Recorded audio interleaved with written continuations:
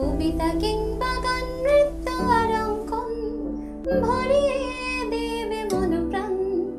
আড্ডা জাংশন, আড্ডা জাংশন, আড্ডা জাংশন। নমস্কার দর্শক বন্ধুরা, আপনারা দেখছেন চ্যানেল ভিশন আয়োজিত শামসের মল্লিক পরিচালিত একটি মনোগ্রাহী প্রভাতী অনুষ্ঠান আড্ডা জংশন। আর আমি আছি আজকের সঞ্চালনায় আপনাদের বন্ধু ঐন্দ্রিলা। আর আজকে আমাদের সঙ্গে আছেন একজন বিশিষ্ট অঙ্কন শিল্পী বন্ধু। চলুন তার মুখ থেকেই তার নাম পরিচয় জেনে নেব। নমস্কার দাদা। নমস্কার। আপনার নাম? আমার নাম জীবসরণ ব্যানার্জি। আপনি কোথা থেকে আসছেন? অ্যাকচুয়ালি বাঁকুড়া থেকে আসছি। আচ্ছা, আপনি বর্তমানে কি করছেন? আমি বর্তমানে এখন ফ্রিল্যান্স আর্টিস্ট, বিভিন্ন রকম কমিশন ওয়ার্কের মধ্যেই যুক্ত আছি এবং বিভিন্ন রকম এক্সিবিশন এগুলো হয়। তো তার সাথে একটা বড় পরিকল্পনা নিচ্ছি, যেটা ড্রয়িং স্কুল নিয়ে, সেটা একটা বড় পরিকল্পনা আমি নিচ্ছি আর কি। আমরা আজকে পেয়ে গিয়েছি আমাদের মধ্যে, আমাদের এই চ্যানেলে বিশিষ্ট অঙ্কন শিল্পী জীবসরণ ব্যানার্জি মহাশয়কে। তার মুখ থেকে আমরা তার সম্পর্কে, তার আঁকার স্কুল সম্পর্কে এবং অঙ্কন সম্পর্কে বিভিন্ন কথা শুনে নেব। আচ্ছা দাদা, আপনার এই আঁকার প্রতি নেশা কবে থেকে? অ্যাকচুয়ালি দেখুন, প্রতিভাটা আসে কিছুটা জিনগত থেকে, ঠিক আছে? তো আমাদের ফ্যামিলির কেউ না কেউ কোনো না কোনো প্রতিভা নিয়েই জন্মেছে। হয়তো সেটা সেইভাবে প্রকাশ পায়নি বা সেই লেভেলে পৌঁছায়নি, বিভিন্ন কারণে, হয়তো বিভিন্ন অসুবিধার কারণে সেরকম প্ল্যাটফর্ম পায়নি। তো এটাই বেসিক্যালি যে জিনগত থেকেই এসছে এটা আর কি। আপনার এই আঁকার বা এই অঙ্কন চর্চা করার অনুপ্রেরণা কারা, বা কাদের থেকে আপনি মানে ভেবেছেন, কাদের কাছ থেকে যে আঁকাটাকে নিয়ে এগিয়ে যাব?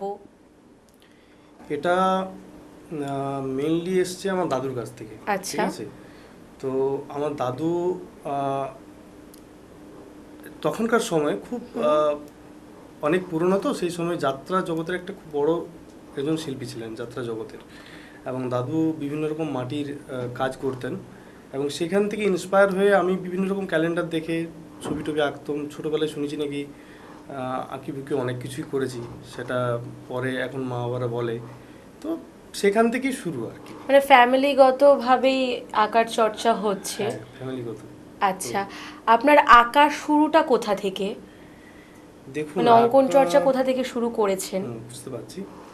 আঁকা শুরুটা হচ্ছে প্রথম যখন আমি খুব সম্ভবত 3-4 এরকম পড়ি, তখন আমার বড় জেঠু আমাকে একটা কম্পিটিশনে নিয়ে গেছিল। আচ্ছা। এবং সেই কম্পিটিশনে আমি যখন সেটা কি বাঁকুড়াতেই? বাঁকুড়াতেই এটা। আচ্ছা। তো তখন আমার যে ড্রয়িং স্যার স্বর্গীয় কার্তিক কুণ্ডু মহাশয়, উনি আমার ছবি আঁকা দেখে আমাকে বলেছিলেন, কম্পিটিশনে ঘোরাঘুরি করার সময়তেই আমাকে বলছিলেন যে তুমি কি আগে কোথাও আঁকা শিখেছো?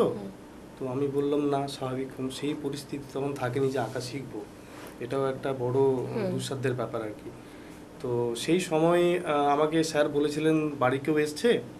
আমি বললাম হ্যাঁ এসছে, আমার জেঠু এসছে। তো পরবর্তীকালে দেখা যায় জেঠুর সঙ্গে, অবশ্য জেঠু যেহেতু সাংবাদিক ছিলেন, তো সেই সূত্রে জেঠুর সঙ্গে আলাপ আগে থেকেই ছিল।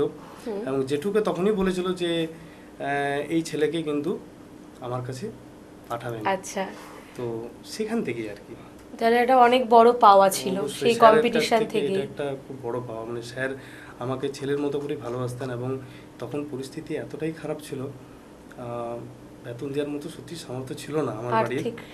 তো তখন কিন্তু আমাকে আমার স্যার ফ্রি অফ কস্টেই কিন্তু আমাকে শিখিয়েছিল।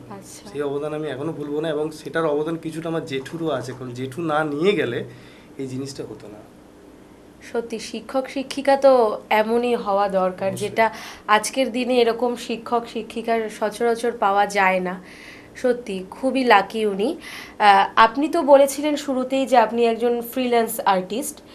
তো আপনি কোন ধরনের ছবি আঁকতে বা কোন মিডিয়ামের ছবি আঁকতে বেশি স্বাচ্ছন্দ্য বোধ করেন? মেনলি আমি যে মাধ্যমটা বেশি পছন্দ করি এবং এখনো কন্টিনিউ করি, সেটা হলো ওয়াটার কালার, যেটা বাংলা ভাষায় বলছি আমরা জল রং। তো এই ওয়াটার কালার শুরু যে করেছি, সেটা একটা ইতিহাস আছে। ইতিহাস বলতে দেখুন, ওয়াটার কালার হচ্ছে পৃথিবীতে যত রকম আঁকার মিডিয়াম আছে তার মধ্যে সবচেয়ে কঠিন মাধ্যম হচ্ছে ওয়াটার কালার। হুম। এবং আমি একটু রিস্ক নিতে পছন্দ করি, আচ্ছা। এবং রিস্ক নেওয়ার কারণেই আমি ওয়াটার কালারটা চুজ করি, এবং ভালোও লেগে যায় প্রচণ্ড। এবং সেভাবেই শুরু, সেভাবেই জার্নি, আচ্ছা। এখনও কন্টিনিউ চলছে, ওয়াটার কালার নিয়েই রিসার্চ চলছে, কাজ চলছে এইসব। এক্সিবিশন কি করা হয়? হ্যাঁ, অবশ্যই এক্সিবিশন, স্টেট লেভেলে অনেক এক্সিবিশন আমি করেছি এবং আচ্ছা। কন্টিনিউ এখনও করছি, এবং আন্তর্জাতিক স্তরেও আমি এক্সিবিশন করেছি। একবার হয়েছিল যে ইন্টারন্যাশনাল লেভেলে ওয়াটার কালার একটা এক্সিবিশন হয়েছিল, সেখানে পাওয়া যায় না চট করে, আগে ছবি জমা দিতে হয় তারপরে, তো সেইখানেও আমি একটা অ্যাওয়ার্ড পেয়েছিলাম আন্তর্জাতিক স্তরে। চলছে আর কি এভাবে। শুধুই কি ছবি আঁকা হয় নাকি আঁকা শেখান আপনি? আঁকা শেখাই। আচ্ছা, মানে কতদিন ধরে আঁকা শেখাচ্ছেন? আঁকা শেখাচ্ছে আজ হয়ে গেল প্রায় দীর্ঘ 7-8 বছর, এক কথাই হবে। আচ্ছা, স্টুডেন্ট কোথা থেকে আসে, মানে বাঁকুড়াতেই না কলকাতায়? মানে স্কুল কোথায় আপনার আঁকার না, স্কুল? একটু কথা বলি এর আগে, মানে আমি আগে কলকাতায় একটা একাডেমিতে আমি ক্লাস করাতাম। আচ্ছা। ওখানে দীর্ঘ 4 বছর ক্লাস করাই, এবং 4 বছর ক্লাস করানোর পর থেকে কোন একাডেমিতে ক্লাস করাতেন? কলকাতা একাডেমি নাম।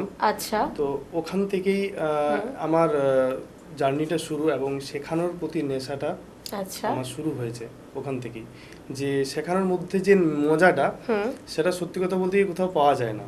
মানে যদিও সেখানে সব সিনিয়র লেভেলের ছেলেরাই আঁকা শিখতো, কিন্তু তাদেরকে শিখিয়ে সেই মজাটা পেয়েছি। যে শেখানোর মধ্যে একটা যে মজা আছে, সেটা আমি সত্যি কোথাও পাই না, এখনও পাই না, যে শেখানোর মধ্যে মজা। কারণ কোনো একটা ছেলে হয়তো পারছে না, এটা টিচারকেও বুঝতে হবে যে ছেলেটা কেন পারছে না, কী জন্যে পারছে না, প্রবলেমটা কোন জায়গায়। এই জিনিসগুলো আমি খুব নোটিস করি, এবং এখনও পর্যন্ত আমি ডায়েরি মেনটেন করি যে ছেলেটা কেন পারছে না, প্রবলেমটা কোন জায়গায়। এবং সেই প্রবলেমটা সলিউশন নিয়ে আমি কিন্তু হয়তো রাত্রি ঘুমাচ্ছি না, আমি এটাকে নিয়েও ভাবছি যে প্রবলেমটা হচ্ছে মানে কিভাবে করলে তার ইমপ্রুভ হবে এই জিনিসটা। কারণ আমার রিসেন্টলি আমার একটা স্টুডেন্ট এবছর শান্তিনিকেতনে চান্স পেলো। আচ্ছা। ঠিক আছে, এর আগেও চান্স পেয়েছে, উড়িষ্যা আর্ট কলেজেও চান্স পেয়েছে। তো এবারে ব্যাপারটাকে নিয়ে একটু ভাবছি, খুব গুরুতরভাবেই ভাবছি। মানে শিক্ষকতার শুরু কি কলকাতা থেকেই? হ্যাঁ, কলকাতা থেকে স্টার্ট আমার শিক্ষকতা শুরু। আচ্ছা। অ্যাকচুয়ালি ওখান থেকেই স্টার্ট হয়েছে। আচ্ছা, মানে প্রথম স্টুডেন্ট কলকাতারই? প্রথম স্টুডেন্ট কলকাতায়। এবং কলকাতার স্টুডেন্টের সবচেয়ে মজার ব্যাপার হলো, আমার শুরুটা সত্যি খুব ভালো হয়েছে। আমি খুব লাকি যে আমি এখনও বলছি ক্যামেরার সামনেই যে আমি কলকাতার স্টুডেন্ট পেয়েছিলাম। প্রথম শুরুটা আমার কলকাতার স্টুডেন্ট দিয়ে।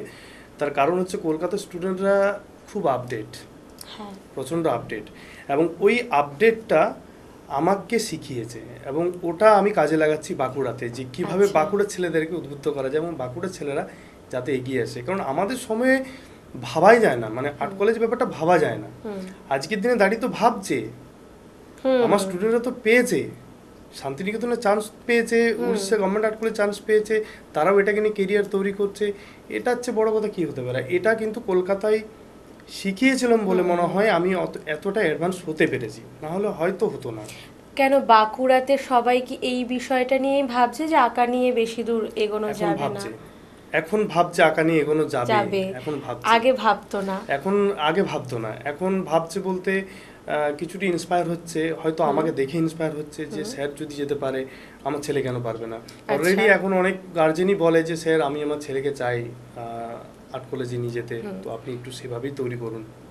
এগুলোই আমরা যতটুকু জানি আপনার সম্পর্কে, যতটুকু শুনেছি, আপনি নাকি স্টুডেন্টদেরকে একটা বিশেষ ক্ষমতা দিয়ে তৈরি করতে পারেন, বা একটা বিশেষ ক্ষমতা দিয়ে নিজের বশে আনতে পারেন। তো এই বিষয়টা নিয়ে আপনি দর্শক বন্ধুদের কি বলতে চান, মানে কিভাবে এটা সম্ভব হচ্ছে? অ্যাকচুয়ালি ওটা ক্ষমতা ঠিক নয়, ওটা কনসেন্ট্রেট, মানে কতটা আমি কনসেন্ট্রেট করতে পারছি ওই জায়গায়, কতটা ফোকাস রাখতে পারছি একটা স্টুডেন্টের দিকে। দেখুন, এটা একটা ব্যাপার আছে যেটা কলকাতায় এই ব্যাপারটা নেই, কিন্তু বাঁকুড়াতে এই ব্যাপারটা আছে, অন্যান্য জায়গায়। যে আমার স্টুডেন্টকে দিচ্ছি, মানে কোনো গার্জেন ভাবছে যে আমার ছেলেকে দিচ্ছি মানে একটু পার্সোনালি শেখাবো, বা আমি একটু কম জনের মধ্যে শেখাবো। এটা কিন্তু ভুল। আমি ক্যামেরার সামনেই বলছি, এটা এখনও বলছি, এটা ভুল। যত বেশি ছেলের সঙ্গে শিখবে, তত সে খুব তাড়াতাড়ি শিখতে পারবে। একদমই। কারণ একটা বাচ্চা ছেলে যখন শিখছে, সে তো সিনিয়র দাদা দিদিদের কাজ দেখতে পাচ্ছে, এবং এই যে কাজটা দেখতে পাচ্ছে, সে এই যে এখন দেখছে, এর প্রতিফলন ঘটবে হয়তো 1 বছর পর। কি 1.5 বছর পর লং পাশের টার্মের জনের আঁকা দেখে সেও কিছুটা শিখতে পারছে। অবশ্যই শিখবে। একা বাড়িতে শিখলে যেটা মানে কোনোমতেই- নিজের টুকু ছাড়া আর কিছু তো হচ্ছে কোনোমতে না। পসিবল নয়, কারণ ওটা একটা এটা বলা যেতে পারে ডোবার মতো, আর যেটা ব্যাচে যেটা তৈরি হচ্ছে সেটা একটা সমুদ্রের মতো। এই বিষয়টায় আমিও দাদার সঙ্গে একমত যে আমাদের কলকাতায় এই প্রচলনটা ভীষণ, যে আমি বাড়িতে পার্সোনালি স্যারকে ডেকে শেখাবো, মানে ব্যাচের মধ্যে যাচ্ছে মানে সে কিছু শিখতে পারছে না, অবশ্যই, এটা অবশ্যই। আমাদের কলকাতায় ভীষণ ব্যাচের আছে। একটা কি বেনিফিট আছে, মানে আমি বলি এই কথাটা, মানে আমি অনেক স্টুডেন্টকে বিভিন্ন রকম ভাবে আমি দেখেছি, তো দেখা যাচ্ছে কোনো স্টুডেন্ট কথা বলতে কম চাই, হয়তো জড়তা হ্যাঁ আছে। জড়তা আছে, হয়তো সে শুরুতে হয়তো আমার সাথে খুব একটা অ্যাডজাস্ট করতে পারছে না, বা আমিও অ্যাডজাস্ট করতে পারছি না, আমি এটা লক্ষ্য করছি, নোট করছি। দেখা গেলো 6 মাস 7 মাস পর সেই ছেলেটাকে আমি দেখলাম যে কোনো একটা একটু বড় তার থেকে কোনো স্টুডেন্টকে বললাম যাও ওকে একটু ওটা দেখাও তো, দেখা যাচ্ছে ওর কাছ থেকে ওটা নিতে পারছে, হয়তো আমার কাছ থেকে নিতে পারছে না। হ্যাঁ, যখন ওর কাছ থেকে নিয়ে নিচ্ছে তাতে কি হচ্ছে, এই সিনিয়র দাদাটা ভাবছে আরে স্যার আমাকে বলছে মানে তাহলে আমি নিশ্চয়ই কিছু ওরও তো আঁকার বেশি প্রতি জানি। একটা আগ্রহ বাড়বে। অটোমেটিক দেখা যাচ্ছে বাড়ির কাজ একটা দিচ্ছি তাতে করে 3টা এনে দেখাচ্ছে। আচ্ছা, মানে এই যে ব্যাপারটা, এটা ব্যাচে ছাড়া পসিবল নয়, এবং এই টেকনিকগুলো আমি খুব অ্যাপ্লাই করি যে আচ্ছা। কিভাবে তাকে ইমপ্রুভ করা যায়, তার ইন্টারেস্টটা কি করে গ্রো করা যায়। এটা কিন্তু ভাবতে হয়। আরেকটা বড় জিনিস হচ্ছে বাচ্চাদের নিয়ে পড়াশোনা একটু করতে হবে, বাচ্চাদের হ্যাঁ, সাইকোলজি হ্যাঁ, নিয়ে অবশ্যই, পড়াশোনা না করলে অবশ্যই। হয় না, যেটা আমি এখনো কন্টিনিউ কিভাবে কথা বলে সে ভয় পাবে না অবশ্যই। বা আঁকার প্রতি ভালোবাসা জন্মাবে। অবশ্যই এটা। আর কিছু কিছু সময় যে শুধু ভালো বাজলেই হবে তা নয়, কিছু কিছু সময় একটু রাগও দেখাতে হয় বাচ্চাদেরকে, হয়তো সেটা খারাপ লাগে কিন্তু দেখাতে হয় এটা। একটু ভয় না দেখালে আবার হ্যাঁ। বেশি স্যারের সঙ্গে বেশি খোলামেলা হয়ে যাচ্ছে। ব্যাপারটা এরকমই। আবার কিছু স্টুডেন্ট আছে যে ভয়ে ভয়ে একটু হাম্পি দেয় প্রথমে কিছু কিছু স্টুডেন্ট আছে যারা হয়তো খুব সুন্দরভাবে আমার সঙ্গে মিশতে পারে, আবার কিছু কিছু স্টুডেন্ট মিশতে পারে না, এবং তারা কি করে মিশতে পারে সেটাকে নিয়ে আমি একটু পড়াশোনা করি, যাতে কি আচ্ছা। করলে ওরা মিশতে পারে। এমন স্টুডেন্ট আছে স্যারকে একটু পছন্দ করে, একটু গাম্ভীর্য থাকবে স্যারের মধ্যে, আবার কিছু স্টুডেন্ট পছন্দ করে স্যার একটু বেশ ভালো মিশবে। আমি সেটাই করি আর কি, মানে যাতে ও মিশতে পারে, ও দুটো কথা বলতে পারে। মানে অনেক স্টুডেন্ট আছে ওই একে চলে যায়, এটা নয়, যে বলতে পারে স্যার আমি এটা পাচ্ছি না, এই বলার সুযোগটা তাকে দেওয়া হয়, এটা সবচেয়ে বড় কথা। এই সুযোগটা না পেলেও অসুবিধা আছে। একসাথে 50টা স্টুডেন্টকে যখন আমি সামলাচ্ছি, আমার নজরটা প্রত্যেক জনের দিকেই থাকবে, এমনটা নয় যে কয়েকজনের দিকে শুধু থাকবে, নজরটা সব দিকে থাকবে। হয়তো আপাত দৃষ্টি দেখলে মনে হবে যে আমি নজর দিচ্ছি না, নজর আমি ঠিকই দিচ্ছি, ওটা অন্যভাবে নজরটা দিচ্ছি। তার মধ্যে আমার নোট হয়ে যাচ্ছে কারা কারা আজকে একটু ফাঁকি দিল, বা কারা কারা একটু প্রবলেমে পড়েছে, ওই জায়গাটা তো বুঝতে পারলো না, আমি সেটা পরের বার এসে সেটা রিকভারি করার চেষ্টা করি, যতটা পারা যায় আমি চেষ্টা করি। আমি চাই যে স্টুডেন্টরা উঠুক, জানুক বিষয়টা নিয়ে। একদমই। কারণ এইটার জন্যই আমি পরিকল্পনা করছি ভবিষ্যতে যারা আঁকাটা নিয়ে কিছু করতে চাই, সেটার জন্য একটা বড় পরিকল্পনা করছি, সেটা পরে আমি বলবো, আলোচনা করব আমি। তো এটাই আর কি। আচ্ছা, দাদার কাছ থেকে আরও অনেক বিষয় আমরা শুনে নেব, জেনে নেব, এবং স্টুডেন্টরা কিভাবে আরও এগিয়ে যাবে সেই সম্পর্কেও দাদার কাছ থেকে শুনবো। কিন্তু এখন সময় এসেছে একটা ছোট্ট বিজ্ঞাপন বিরতি নেওয়ার। বিরতির পর আবারও ফিরে আসবো আড্ডা জংশন অনুষ্ঠানে।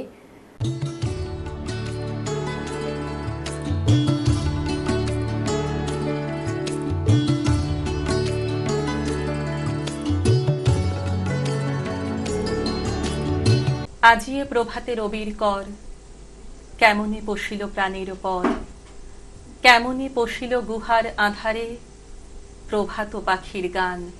যদি তোর ডাক শুনে কেউ না আসে তবে একলা চলো রে, যদি তোর ডাক শুনে কেউ না আসে তবে একলা চলো রে। শীতের হাওয়ায় লাগলো নাচন আমলকির এই ডালে ডালে, পাতাগুলি ছড়িয়ে দিল ঝিরঝিরিয়ে তালে তালে। শত ফুল বিকশিত হোক, মনে মনে এই শুধুই চাওয়া। তোমারেই যেন ভালোবাসিয়াছি শতরূপে শতবার, জনমে জনমে যুগে যুগে অনিবার। বাংলা টেলিভিশনে আসছে নতুন রিয়েলিটি শো বাংলার সুপারস্টার। আপনি কি কবিতা, গান, অঙ্কন অথবা নাচে দক্ষ? আপনার প্রতিভা প্রকাশ করুন কয়েক লক্ষ দর্শকের কাছে। অডিশনের জন্য এখনই নাম রেজিস্ট্রেশন করুন। ডেসক্রিপশনে দেওয়া নম্বরে ৭০ যোগাযোগ করুন। বাংলার সুপারস্টার স্বপ্ন আপনার, পূরণ করব আমরা।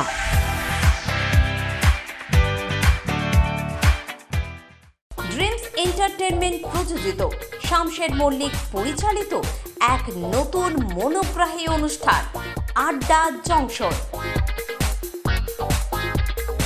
নাচ, গান, আবৃত্তি অথবা অঙ্কন, আপনার প্রতিভাকে তুলে ধরতে আড্ডা জংশন। অনুষ্ঠানে অংশগ্রহণ করতে যোগাযোগ করুন 9830567111 এই নাম্বারে।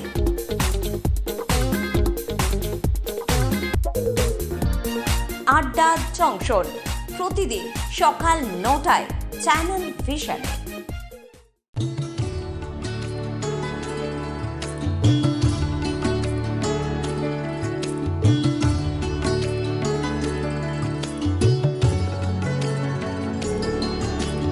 কবিতা কিংবা গান, নৃত্য আর অঙ্কন ভরিয়ে দেবে মন প্রাণ।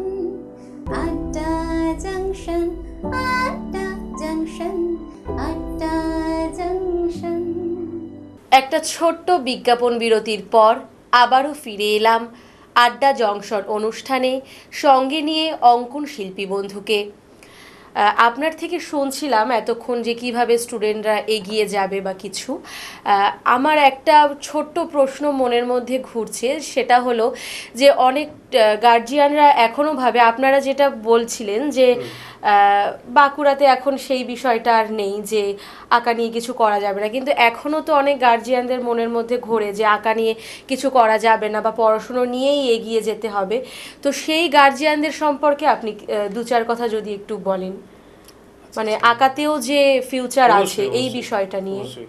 না, আমি একটা কথাই বলবো যে আমার ফ্যামিলি কন্ডিশন যা ছিল, মানে আমার বলতে বাধা নেই এখানে।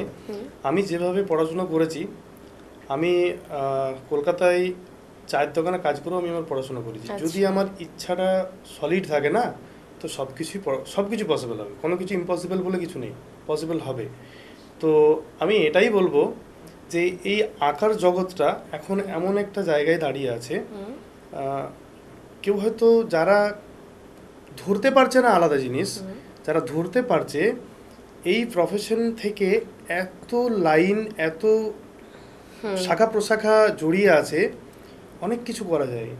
আজকের দিনে দাঁড়িয়ে ভাবা যায় একজন মেহেন্দি আর্টিস্ট কলকাতায় আছে, একজন মেহেন্দি আর্টিস্ট শুধু মেহেন্দি করিয়ে তার বিশাল ব্যাপার কি করে হচ্ছে পসিবল, কি করে মেহেন্দি আর্টিস্ট, মেকআপ আর্টিস্ট, এখন শুধু মেহেন্দি, এটা পুরুষের কথা বলছি, এটা ছেলে আর্টিস্ট, ছেলে সে শুধু মেহেন্দি লাগায়।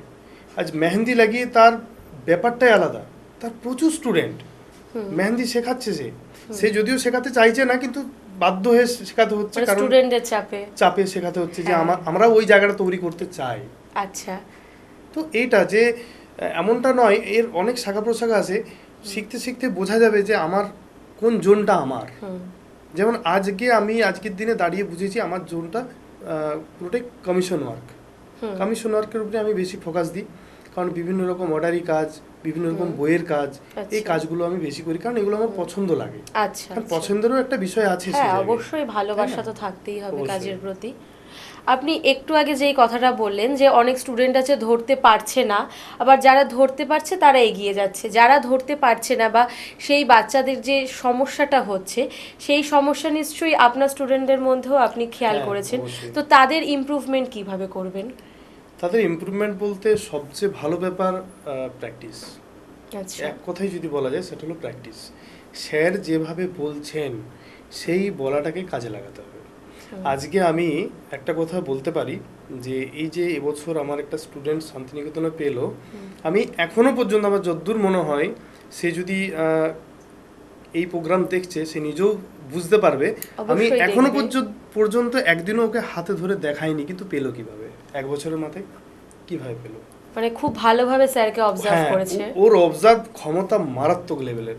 প্রথম কথা, ও আমাদের বাঁকুড়া খ্রিস্টান কলেজেই ইংলিশ অনার্স করছিল, তো ছেলেটার অবজারভেশন পাওয়ার মারাত্মক।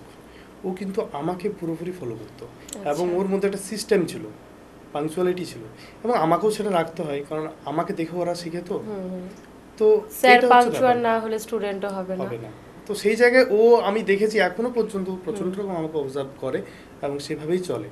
এবং আমি ওকে বলেওছি যে দেখানোর চেয়ে বড় কথা হচ্ছে জিনিসটা বোঝাটা খুব প্রয়োজন।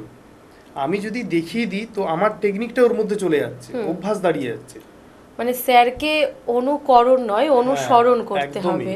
কারণ দেখা যাচ্ছে আমি যে ওয়াটার কালার যে ফর্মে করছি ও যদি সেই ফর্মে করে তো যে কেউ বলে দেবে এটা জিপসন স্যারের আঁকা, কেউ বলবে না যে এটা মুখস্থ ছবি হয়ে যাবে। আমি সেটা থেকে একটু দূরে দূরে রাখি, যাকে ওই মানে প্রবলেম না বিষয়টা বুঝে নিয়ে তুমি তোমার মতন করে করো।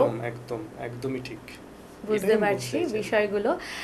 আপনার আঁকার স্কুলের কি কোনো নাম আছে? অবশ্যই। হ্যাঁ, নামটা একটু আঁকার বলুন। স্কুলের নাম হলো creative academy of art and culture. আচ্ছা, creative academy of art and culture. তো এই স্কুল নিয়ে আগামী দিনে কি চিন্তা ভাবনা রয়েছে, বা এই স্কুল সম্পর্কে যদি কিছু বলেন শ্রোতা বন্ধুদেরকে, তারা তাহলে নিশ্চয়ই যোগাযোগ করবে আপনার সঙ্গে। অবশ্যই। আমার স্কুল নিয়ে পরিকল্পনা বলতে প্রথমেই বলে রাখি যে আমার স্কুলটা গভর্নমেন্ট রেজিস্ট্রি প্রাপ্ত স্কুল, একমাত্র গভর্নমেন্ট রেজিস্ট্রি প্রাপ্ত স্কুল। পরীক্ষার ব্যবস্থা কি আছে? অবশ্যই। কোথা থেকে পরীক্ষা দেওয়া হচ্ছে? এখন বর্তমানে পরীক্ষা দেওয়া করাচ্ছি artistic and education arrival centre সংস্থা থেকে। এখন এই সংস্থা খুব বড় সংস্থা এবং রিসেন্টলি এই সংস্থাটা আমাকে অথরাইজড দিয়েছে আমার স্কুলটাকে। এবং আমি চাইলে এখন বর্তমানে আমার এই স্কুলটার থেকে যে কোনো স্কুলে ছোট ছোট ড্রয়িং স্কুলগুলোকে আমি কিন্তু সার্টিফিকেট প্রদান করতে পারি, রেজাল্ট প্রদান করতে পারি, সেই ক্ষমতা আমার স্কুলের এখন আছে। রেজিস্টার করা হয়ে গেছে। বহু কষ্টে এই জায়গাটা আমার স্কুলের এই জায়গাটা তৈরি করা হয়েছে, বহু কষ্টে, মানে প্রচুর সংগ্রাম জড়িয়ে আছে। এবং তার সাথে কিছু বলতেই হয়, যেটা হচ্ছে আমার সিনিয়র স্টুডেন্টরা খুব হেল্প করেছে সেই সময়টা। কারণ আমি যে সময় হয়তো থাকি না, কলকাতায় যাই এই সরকারিভাবে কিছু করানোর জন্য, তো সেই সময় পুরো ক্লাসটা সিনিয়র স্টুডেন্টরাই সামলায়, অতএব ওদের অবদানও মানতেই হবে। ঠিক আছে। বা আগামী দিনে কি চিন্তা আছে, স্কুলকে কোন জায়গায় নিয়ে যেতে চান? আগামী দিনে আমার চিন্তা ভাবনা আছে এই স্কুলটা খুব বড় জায়গায় নিয়ে যাওয়ার একটা পরিকল্পনা আছে।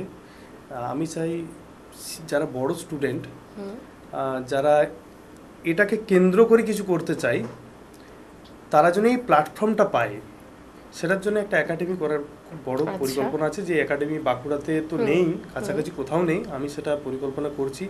এবং রিসেন্টলি সব রকম কাজও চলছে একাডেমি করার, তবে সেটা একটু লেন্দি প্রসেস, তো একটু টাইম লাগবে, তবে হবে। আপনি যে এতদিন ধরে অঙ্কন চর্চা করছেন, আপনার ইন্সপিরেশন কারা ছিল? হ্যাঁ, ইন্সপিরেশনটা এটা খুব ভালো বলেছেন, এটা না বললেই নয়। ইন্সপিরেশন মেন বলা চলে আমার দাদা বৌদি। আচ্ছা। মানে আমার দাদাও অনেক সংগ্রাম করে বড় হয়েছে, আমার দেখা এটা, ঠিক আছে। এবং দাদাকে আমি আমার আইকন হিসাবেই ভাবি। এবং দাদার যখন বিয়ে হয় তারপরে বৌদিও সত্যি খুব ভালো, বৌদি আমাকে মনে প্রাণে সবসময় সাহস জুগিয়েছে। আমি যখন এই প্রফেশনে ঢুকি তখন কিন্তু কেউ আমাকে, আমার স্যার ছাড়া কেউ আমাকে কিন্তু সাপোর্ট করেনি সেভাবে। সাপোর্ট কিন্তু করেছিল আমার দাদা বৌদি।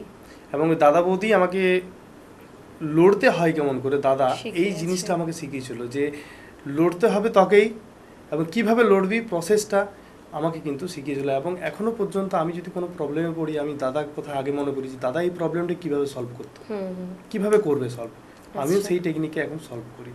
এতক্ষণ শুনলাম বিশিষ্ট অঙ্কন শিল্পী বন্ধু জীবশরণ ব্যানার্জির কাছ থেকে তার আঁকার স্কুল এবং তার অঙ্কনের সংগ্রাম সম্পর্কে বিভিন্ন কথা, এবং কিভাবে আগামী দিনে স্টুডেন্টরা আঁকা নিয়ে এগিয়ে যাবে, আর্ট নিয়ে কিভাবে এগিয়ে যাবে এবং তার কি ফিউচার আছে, সব কিছুই আমরা জেনে নিলাম দাদার কাছ থেকে। দাদাকে পেয়ে আমরা ভীষণ খুশি হয়েছি। দাদার জন্য রয়েছে চ্যানেলের পক্ষ থেকে একটি মূল্যবান সার্টিফিকেট, থ্যাংক ইউ, একটি মেমেন্টো, রয়েছে একটি মেডেল,